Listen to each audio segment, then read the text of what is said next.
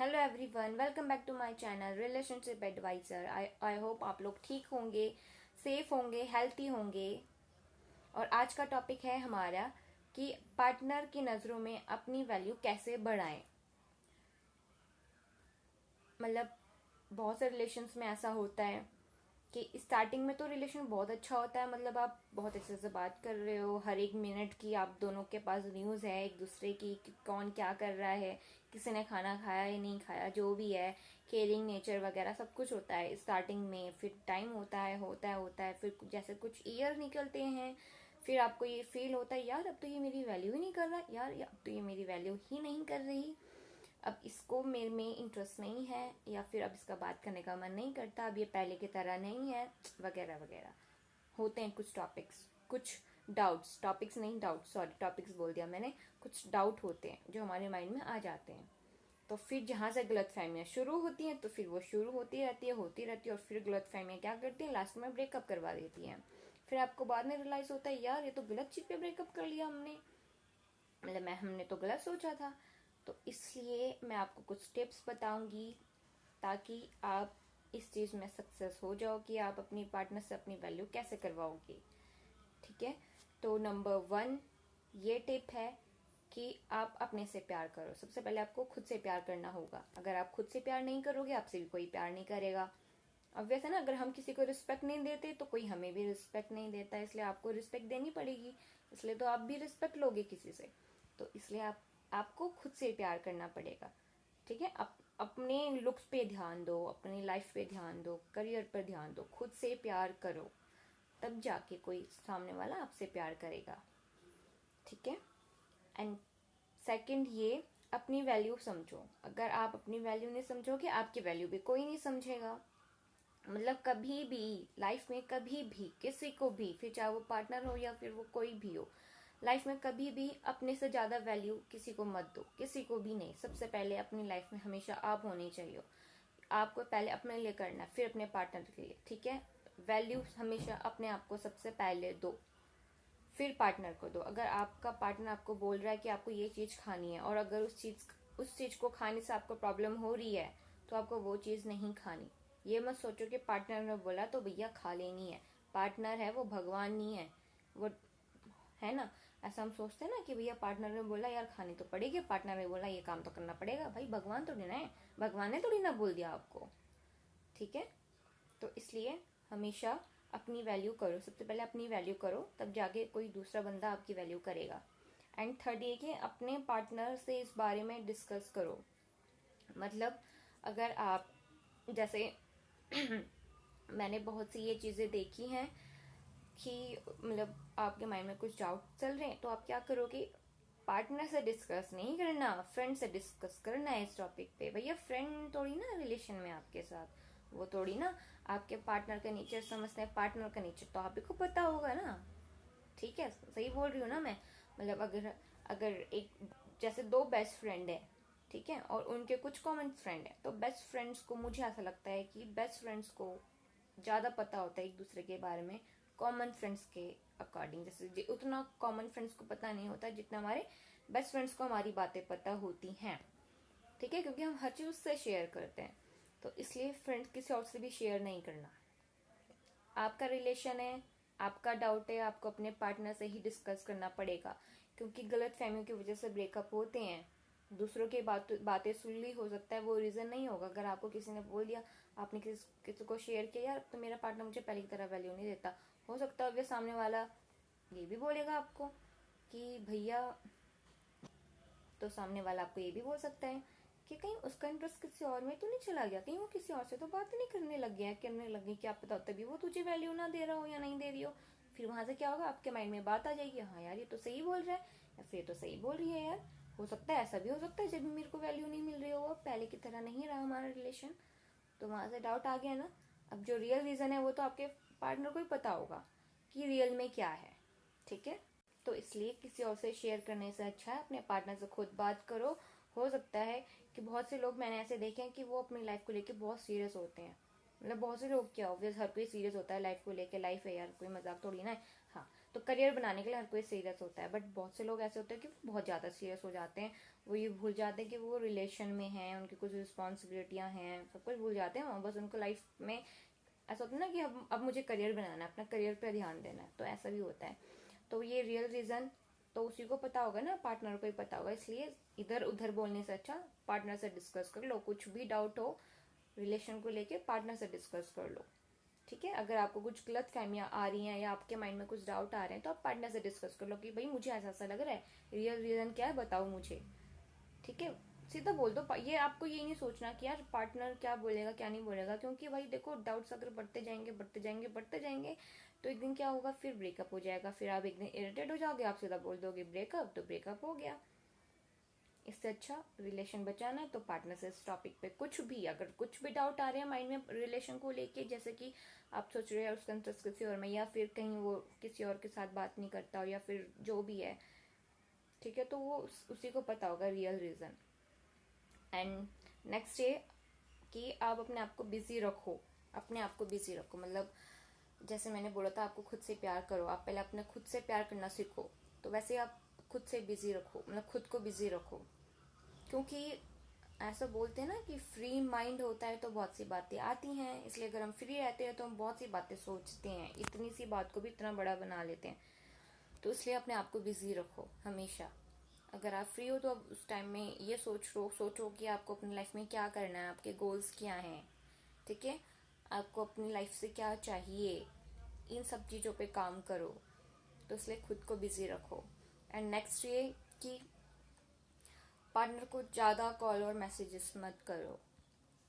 हमने ये बात देखा है, हम देखी मतलब देखा नहीं है, देखी है मैंने, मतलब मैंने बहुत से रिलेशंस में ये देखा है कि गलत फहमियाँ होती हैं।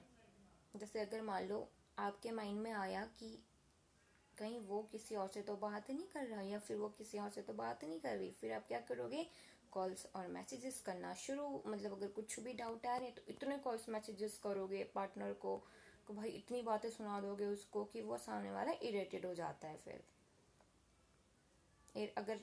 अगर आप इरिटेट होगे तो आप क्या करोगे, अगर हम इरिटेट होते तो हम किसी चीज़ से, अगर हम इरिटेट होते तो हम उस चीज़ से बचना शुरू कर देते हैं। अगर हमारे ऊपर काम का, वर्क का ओवरलोड प्रेशर है तो हम फिर उस काम को करने से बचते हैं, या हम ये सोचते हैं जल्दी जल्दी काम निपटे बस। तो इसलिए इरिटेट नहीं करना पार्टनर को, इसलिए ज़्यादा कॉल और मैसेजेस नहीं करना। मैं मना नहीं कर रही हूँ, मैं ये नहीं कह रही कि आपको कॉल और मैसेजेस मतलब कॉल और मैसेज उसे नहीं करना, आप करो, करने हैं आपको बात भी करनी है अपने पार्टनर से, बट ओवर नहीं करना किसी भी चीज़ को। इसलिए ज़्यादा कॉल्स और मैसेजेस नहीं करने, इरिटेट नहीं करना अपने पार्टनर को हर बार। ये नहीं कि आप उसके कॉल करके पूछ रहे हो, आप उससे मैसेजेस करके पूछ रहे हो, नहीं, उसे भी तो कुछ फील कराओ। उसको ये फील तो होना चाहिए कि भैया मैंने कॉल नहीं किया, इसने भी कॉल नहीं किया, क्या रीज़न है। तो ये बात आई ना उसके भी माइंड में। तो यही तो बात आपको, एक होता है ना पार्टनर को खोने वाला डर कि भाई मुझे नहीं, मतलब बहुत से पार्टनर ऐसे होते हैं कि वो अपने पार्टनर को खोने का डर उनको होता है कि यार वो उनको ये फील होता है कहीं मैं अपने पार्टनर को खो ना दूँ इस गलती से, इस वजह से, ठीक है। तो ये डर होना बहुत ज़रूरी है पार्टनर के अंदर। एंड नेक्स्ट ये एक वर्ड होता है नो, मीन्स नहीं, नहीं मीन्स नहीं, ये बोलना सीखो। बहुत से रिलेशंस में ऐसा होता है कि आप बात नहीं कर रहे, मतलब ज़्यादा बात नहीं कर रहे, आप नॉर्मली है, सब कुछ ठीक है, अच्छा है, बट आप पार्टनर ने आपसे कुछ भी बोला, आपने हाँ बोल दिया उसको। पार्टनर ने बोला इस टाइम में यहाँ मिलना है, आप रेडी हो, ठीक है भैया मिल लेंगे। पार्टनर रात को फ़ोन कर रहा है, आप फ़ोन भी पिक कर रहे हो, सब कुछ भैया उसकी हाँ में हाँ मिला रहे हो। फिर आप ये नहीं देखते कि भैया वो बोल क्या रहा है, ठीक है। अगर पार्टनर आपको बोलना कि पार्टनर ने अगर आपको ये बोला कि आपको ये चीज़ खानी है, अब फिर आप ये नहीं सोचते कि उस चीज़ को खाने से मुझे कोई प्रॉब्लम तो नहीं होगी। और वैसे अगर होता है ना हर किसी को हर चीज़ सूट नहीं करती, तो इसलिए ये मत सोचो कि पार्टनर ने बोला है तो खानी है, पार्टनर ने बोला है तो करनी है। अगर आपको किसी चीज़ से प्रॉब्लम हो रही है उस चीज़ को नहीं करना, साफ बोलो no. No means no, no का मीन्स होता है नहीं। इसलिए नो वर्ड बोलना सीखो। हर बार हाँ में हाँ मिलाना अच्छा नहीं है, ठीक है।